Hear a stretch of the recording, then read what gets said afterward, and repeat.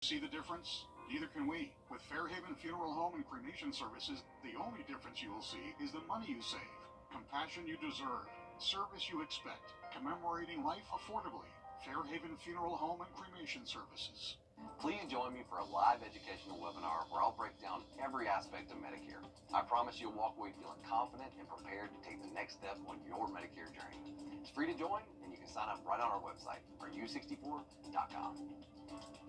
Thanks for watching News 12 on your side. Parker's Kitchen is my new daily coffee stop. Gourmet beans are freshly ground for every cup. Get your own cup of great tasting, freshly brewed coffee at Parker's Kitchen. Live from Augusta, you're watching News 12 at 6 o'clock. For months since Hurricane Helene tore through our area, and we finally have an idea of when debris pickup could be completed. Good evening, and thanks for joining us. I'm Zaina Halliburton. Late March, that's the finish line Richmond County is racing for. Your Kennedy Payne joins us live in Panhandle Circle. Kennedy, what has to happen before then? Yeah, well, the weather has actually slowed them down a little bit, but overall, the county's picked up more than 2.9 million cubic yards of debris. Now, that's enough to fill up the Empire State Building twice, and then fill up an additional 100 Olympic-sized swimming pools. Now, they're hoping that with this warmer weather we have coming up, they're going to be able to increase those numbers. A finish for some. A final pass is all up in the northern area, like basically the District 7, District 1's areas of the northern part of the county. But for others, just getting started. You go in a neighborhood, and one street's got a lot of debris, and one street has nothing. Steve Castle is Richmond County's debris consultant. He says this announcement isn't for everyone. It's not for the whole county right now, and we're not stopping first pass in other areas either. We're just dedicating some resources to closing some of these areas out so we can redirect those resources. In the beginning, they focused on the heaviest hit areas, but the final pass is based on voting precincts. It's basically going by what people already know, so that we can kind of close each area out as we go. He says this pass will involve more observation. It goes street by street, and then it's inspected by an inspector. And if he declares it clean, then we're done. And gives people plenty of notice. We'll make announcements as we close each precinct out, and then which precincts we're coming to next. This pass is still focusing on lighter debris like tree limbs. So still probably be some of the stumps and root balls that are another frustration. That's another thing that comes in afterwards. And to help make the process faster, don't put bag debris in there or put your fence or some other construction debris. That's a separate pickup. That's also being done as part of the second pass. The deadline for 100% FEMA reimbursement is early February, but the county doesn't expect it to all be done by then. It's not going to take a week. It's going to be a little while. So we're probably into March before we're done with the whole county. After February, FEMA still does reimburse the county, but it just drops down to 75% reimbursement. And again, that finish line set for late March, which really is around the corner when you think about it. So thanks, Kennedy, for following this. Slow and steady, but we're getting there, right? On the Columbia County side, debris pickup continues as well. Your Hallie Turner breaks down what could prevent your debris pile from being picked up and what could get you fined in a few minutes. But first, we're checking in with your First Alert Chief Meteorologist, Riley Hill. And Riley, it's gearing up to be a warmer week. We felt that today. We did, Zaina. We finally actually got up to 60 degrees for a high temp, the warmest day in over 10 days, believe it or not. So it did feel good out there. We got back some sunshine, and you can still see some lingering signs of sunset here. We actually did have sunset at 5:55 this evening here in Augusta, but our days are getting longer, remember, now that we're past the winter solstice. So by this weekend, on February 2nd, we will get back our 6 p.m. sunsets and later for the rest of the year until we do fall back later into this fall. Here's a current look outside of our studios. We've been tracking some slow-moving traffic in that eastbound lane, but that has since improved, so smooth sailing if you're crossing over the state line. Our temperatures right now still in the mid-50s. Those will be falling into the 40s for the rest of this evening, so a little bit cool out there, but we are going to stay well above freezing tonight. Overnight low temps should stay most likely in the upper 30s heading towards daybreak tomorrow morning. The big part of the weather story for your Wednesday is going to be the wind. We are expecting a little bit gustier conditions tomorrow, especially by the afternoon. Sustained winds near 15, and we'll likely have gusts most likely between between 20 and even close to 30 miles an hour at times. That wind's not going to go calm tonight. We'll still see gusts maybe close to 20 early Wednesday morning, and then later into the afternoon, that's when they're expected to pick up maybe closer to 30 in a few spots across the area. So not the best lake day out there for your Wednesday. But temperatures are going to trend back above average tomorrow through Thursday, and we're only going to get warmer heading into Friday. That's also our next chance for rain, though. We'll have more on that in the full forecast in just a bit. Thanks, Riley. Today, Augusta city leaders met to discuss their growing to-do list this spring. Commissioners still cannot agree on a trash rate, which is a matter they've been debating for months now. Right now, the city is paying $1 million to extend its current rate until March. The recommendation from the engineering department is to increase the monthly rate by roughly $10. The plan also recommends taking some of that money to use for other services like mosquito control and street sweeping. Commissioners agreed to extend the current contract by 4 more months, amending the plan to sync a single provider for all 3 zones and to include recycling. Last year we had 2 vendors. This year we ended up with 2 vendors. And I rather look at bottom line pricing that's for the constituent, because with all the other frills on it, we're going to be the highest garbage paying entity around. And that's not fair. Right-of-way and city-owned lot maintenance is another topic discussed. The city administrator says her team is looking at a comprehensive maintenance program she hopes to have before commissioners within the next 60 days. To Burke County now, where your Wrdw joins us live from the old Waynesboro courthouse. Will, just in the last hour, county commissioners denied Alfonso Williams' attempts to make the county pay for his attorney in his endeavor to sue the county. Yeah, that's right, Zena. The board did unanimously also allow the sheriff to go find an independent attorney, but also saying that the sheriff cannot use the county attorney because of an obvious conflict of interest here. They also went on to say that the board doesn't feel like they have a dispute with the Burke County Sheriff's Office and with Sheriff Alfonso Williams, because they say that they've properly funded his department over the last couple of years that he's been in office, rather since 2017. So again, they feel like they don't have a dispute here. They feel like his office is properly funded.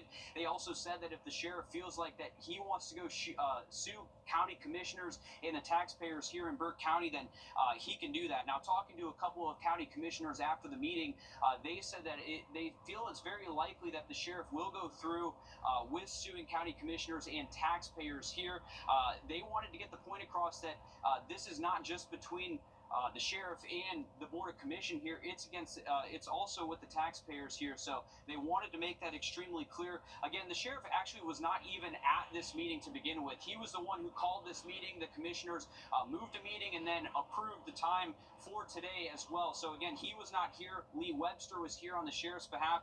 He says he's a constitutional officer and entitled to his budget. They also said that they want the commission to accept the sheriff's letter that they sent last week, saying that this is a way for both parties to move forward. Here's what the county commission chairman had to say about this entire situation. I hate us come to this. It's the job of the board of commissioners to provide him a budget, and we provided him a well budget. The sheriff's office does a great job policing. We just feel like they have the appropriate budget, and he needs to stay within that budget.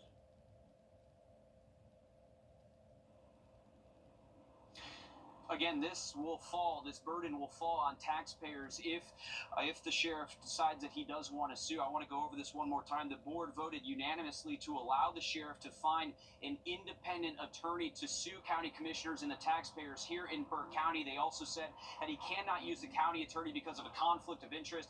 This is something that we've been covering for 2-3 years at this point between the sheriff and county commissioners with the sheriff's budget.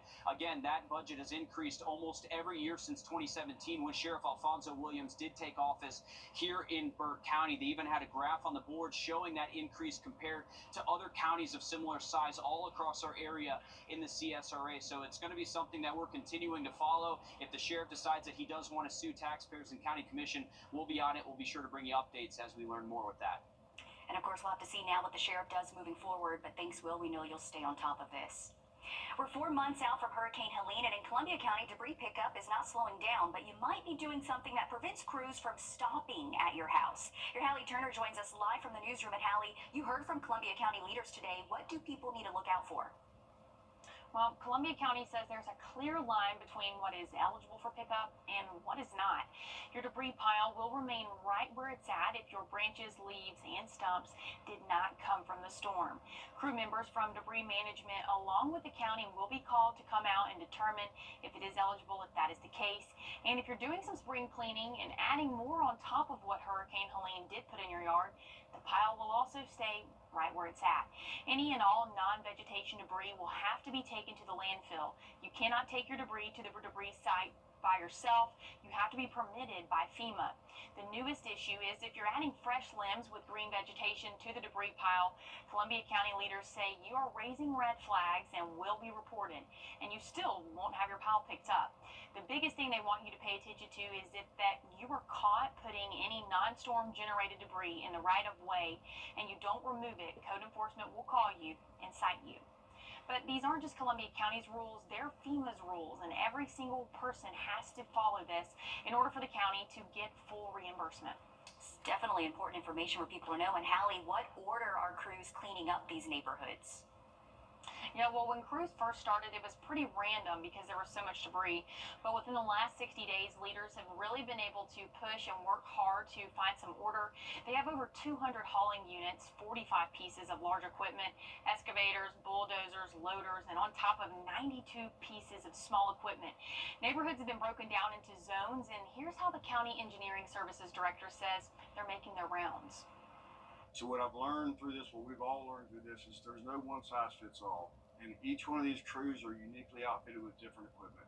So although I may have the right equipment to do this zone today, tomorrow I may need to bring in different equipment. So it's a living, breathing operation. We started out with 35 zones. We've since divided all of those zones into 2 or 3 additional zones. So now we have the contractor working in single zones, subs working in single zones, and they can't leave that zone until it's all clear. Now, all clear is one thing because you have one truck that picks up normal debris, and then you have another truck you have to come in that has to crush up the big stumps. So again, it's ever evolving. Now, debris cleanup is becoming the new norm for our area. The only way for you to make it go away faster is to follow FEMA's rules and pack your patience. Columbia County leaders have more than 500 disaster recovery workers on the ground today trying to make progress. But you can find that full meeting from today on our website. Thanks for breaking down those rules just in case someone does not know. But again, we appreciate all those crews and what they're doing. Thanks, Hallie, for that. Coming up months after Wagner's fire chief and nearly 24 firefighters walked off the job, we're getting a better idea of what's next for the town. Your Andre Dickherber is live after the break. And we're expecting nice temperatures the next couple of days and most likely going to hit the 70s by Friday. And that's also our next chance for rain. We'll have much more on that full forecast just after the break. Time and Temp, brought to you by your First Alert weather team. Join us right here. Welcome back, folks. A beautiful look over downtown Augusta in the Augusta Canal. We have temperatures right now in the mid-50s. It is going to be a cool evening. We'll most likely keep our temperatures in the 40s through midnight. Heading into late tonight, early tomorrow, the only thing that's going to be changing is that high pressure is just going to continue centering off towards our west. Low pressure is going to be passing towards our north tomorrow. So that's going to be bringing us a little bit more of a windier Wednesday, maybe some gusts close to 30 miles an hour at times tomorrow afternoon. But it will be a little bit warmer for us. Expecting high temps to at least hit the upper 60s for most of the area Wednesday. After a chilly start, we'll most likely wake up in the upper 30s tomorrow morning. So you'll need that jacket early, but you'll be able to shed it pretty quick out there throughout the day Wednesday. Here's a look at our wind speeds for tomorrow. Gust speeds specifically. So gusts will be between 25, maybe even close to 30 miles an hour at times. So no lake wind advisory in effect issued by the Weather Service for tomorrow, but that could be issued tomorrow if they do think those gusts will be up to around 30 miles an hour at times tomorrow afternoon. Luckily, no wet weather in our forecast tomorrow or Thursday. We'll see a few passing clouds at times Wednesday. Even more cloud cover likely will show up as we head towards our Thursday afternoon. The thing is, the rain should hold out until Friday. Most model guidance that we're looking at is showing that most of this rain should hold out until likely Friday afternoon into our Friday evening. Now, with the timing of this front, if it shows up into the afternoon, early evening, there could be just a low level amount of some severe weather ingredients to produce a thunderstorm or two across across the area. Looks to be a low threat at the moment, but something we're going to monitor over the next couple of days. This will be a narrow band of showers and possibly some storms rolling through between Friday afternoon and Friday night. Most of this should be out of here by around midnight, though. So the good news is, if you have outdoor plans Saturday or Sunday, that should stay completely dry. It's really just looking like late into the day Friday, we'll have to worry about that rain threat, but past that time frame, not looking too bad whatsoever Saturday and Sunday. Here's a look at how much rain we could expect. You can see much more rain expected west of the Mississippi River, around Little Rock, all the way towards Dallas. But for us here locally, I would say our rain totals generally top out below an inch, anywhere from 1/4 to 3/4 of an inch across the area with that rain we're expecting Friday. And once we get past Friday, we're back to sunshine. Saturday, Sunday should be a beautiful outlook for the weekend forecast. Those high temps, upper 60s Saturday, most likely mid-60s Sunday afternoon, so great weather to just be outside. That is definitely the best weather we've seen for a weekend outlook so far this year. Next week, how about this? We're not really cooling off. We're actually going to continue high temps near 70 next Monday and Tuesday, so more of a spring-like outlook for the next 7 days. I'm looking forward to it. Thanks, Riley. Months after its fire chief and a majority of its firefighters walked off the job, the Wagner Fire Department is working to become a nonprofit separate from the town. Your Audrey Dickherbert joins us live. And Audrey, a meeting began in the last half hour with the Aiken County Council to decide its next steps. Yeah, well, the county gave a notice of termination to the town of Wagner in November. That was around 90 days ago, coming up on February 18th. So it's all leading down to this decision in this meeting that's been happening for about the last hour. Now, what we know so far is that they came in there and that they're discussing potential next steps. Then they had everyone get out. This whole hallway was actually filled with people as they went into executive session, and now they just called everyone back in. So everybody is definitely waiting for this decision to be made. It's all to make sure there are people to respond to calls like this. Firefighters have stepped down. It was a trying time where we basically had no one. People were worried. Meetings were held. Other departments stepped up, and decisions had to be and are still being made. We're at a place now where we now have 25 members back. We have 3 additional applicants that will be voted upon, and that's truly been the turnaround. Now, at least 10 to 12 members respond to calls, but they're still waiting for the final approval to be their own entity. The separate ordinance to be completed in regards to turning over the list of property. That way the full separation is done. But other options are also being considered, one being a new, different fire department. There's certain logistical things they have to do to get stood up as a department, probably get an LLC name, become a nonprofit, and do all those sorts of things you got to file with the Secretary of State and those places, and then staff that and have the equipment. So that's one option. The other probably principal option that's under consideration is to have some of the surrounding fire departments basically absorb that district into theirs. But regardless of the decision, it's all to make sure the people of Wagner are safe and taken care of. And you can just see the excitement within the members that have returned. They're happy to be here. They're wanting to serve the community. Not only serve the community, they're wanting to help in any way, shape, or form. And the current fire department did tell me that they did submit that request to the Secretary of State to become a nonprofit and are waiting on a response. And we actually are just getting word that we think what they're saying in this meeting right now is that they're going to try to extend the contract, which could push back the decision even longer. Okay, so it's something we still have to stay tuned for, but good news that they do have some members back to help out. Thanks, Audrey, for that. Coming up in sports, a Denmark Olar standout is becoming a key piece of the Gamecocks basketball team. We're going to take you to the paint next. First Alert Radar, powered by Jim Hudson Automotive Group. A brand new product developed for roof savers claims to be able to strengthen your roof shingles, adding up to 17 years to its lifespan. It's called Renew It 17 with Rock Block technology, and we put it to the test in a physics lab. 3, 2, 1. Those little rocks you see flying are called granules. Over time, more of those disappear, and the weaker your shingle becomes. The ratio of chemistries that hold it in, that ratio changes, so it gets more brittle, and the granules are not they don't adhere as much. That's where Renew It 17 with Rock Lock technology comes in. Check out the difference in these two roofs, both 14 years old. Can you hear that difference? Right. Versus. Right, you can really see the difference. Dr. Robert Johnson, a physicist with a doctorate from Oxford, is using a test for shingles trusted by the Underwriters Laboratory. That requires dropping a steel ball from a distance of 20 feet above our sample material and hitting the same location twice in a row. And it has to pass that test 6 times. Drop after drop. That one's good. Shingles treated with a single coat of Renew It 17. This one's definitely passing. Pass the test. When the ball impacts, it hits here. What we look for is on the backside, are there any tears? Tears mean water can damage the wood underneath and cause damage to your property. The test requires us to look at it under a 5x magnification. It's completely dry. The testing even exceeded the developer's expectations. Unlike other companies that offer 5 to 15-year warranties with multiple treatments, Roof Savers offers a 17-year warranty with just one application and one treatment. For more information, call Roof Savers or visit myroofsavers.com.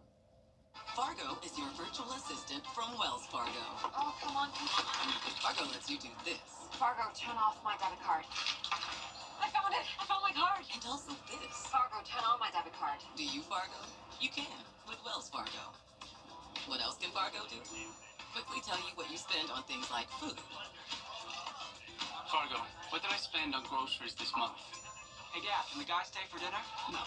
Learn more at wellsfargo.com/getfargo.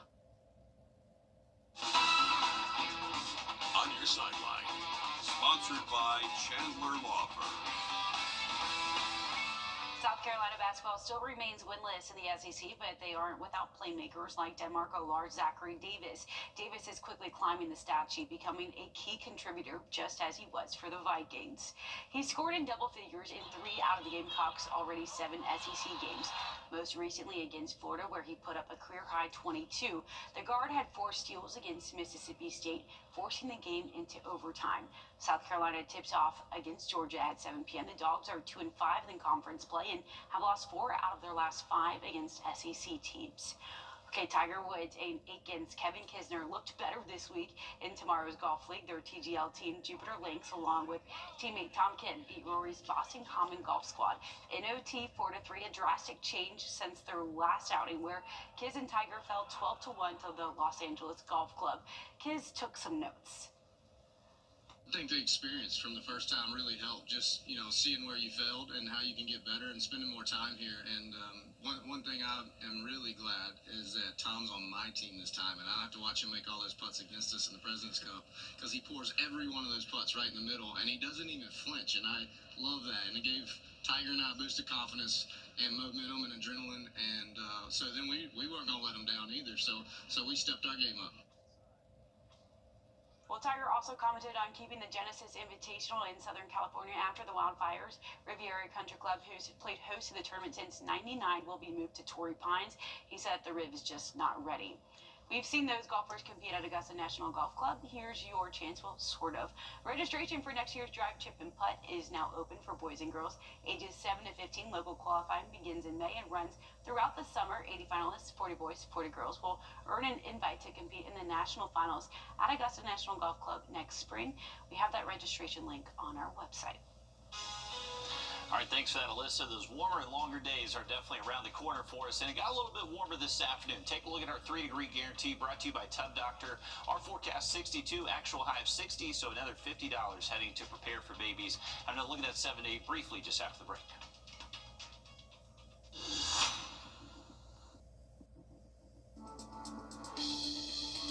I'm Chip Lewis with 64 Insurance Group.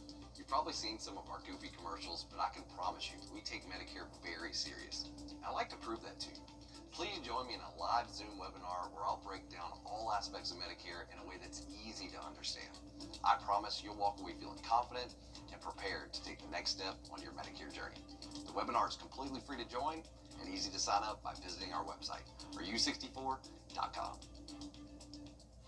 My father passed away when Hi, Suzanne Lilly Honeymichael here with Hardwood Floors and More. We truly appreciate the opportunities we've had to work in so many homes over the years. And now we want to invite you to our showroom to discover why we are the company that friends recommend. Our quality products, knowledgeable staff, and the tremendous skill set of our technicians is what has made Hardwood Floors and More the most trusted locally owned business for over 30 years. Hardwood Floors and More, so much more in store for you.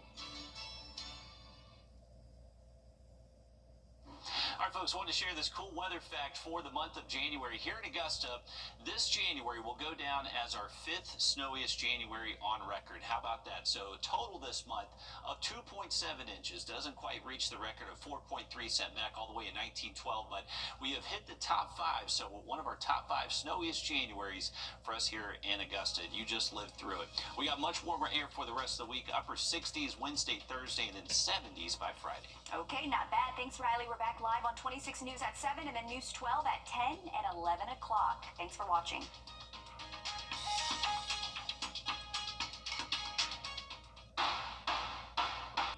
Call or come in today. Olympus Granite, 383 Tower Drive in Augusta. Hey guys, it's Anna Christina here for Roof Savers. It's that time of year again, the perfect time to invest in your home. And what's the most important investment for your home? Your roof. If you've been worried about the age of your roof, missing shingles, black stains, or even leaks, I've got great news for you. There's a scientifically proven solution that can extend the life of your roof by 17 years with just one treatment. It's called Renew at 17 with Rock-Lock technology exclusively from Roof Savers. And Russell Beckham is one of the owners of Roof Savers. And Russell, did I just hear that you can extend the life of a roof by 17 years with just one application? You sure did, Anna. Our exclusive product, Renew at 17 with Rock-Lock technology, is a game changer for homeowners. Just one treatment of Renew at 17 extends the life of your roof by 17 years. But that's not all. Thanks to recent testing with independent scientists and a physicist from Oxford University, we've also confirmed that Renew at 17 significantly improves hail impact resistance, even with aging or inferior shingles. There's never been a better time to protect your home's most valuable asset, your roof. Don't wait until it's too late. Call the team from Roof Savers right now for your free roof inspection. Extend the life of your roof by 17 years with just one treatment with roof preservation exclusively from Roof Savers. Roof Savers. Save your roof, save your money.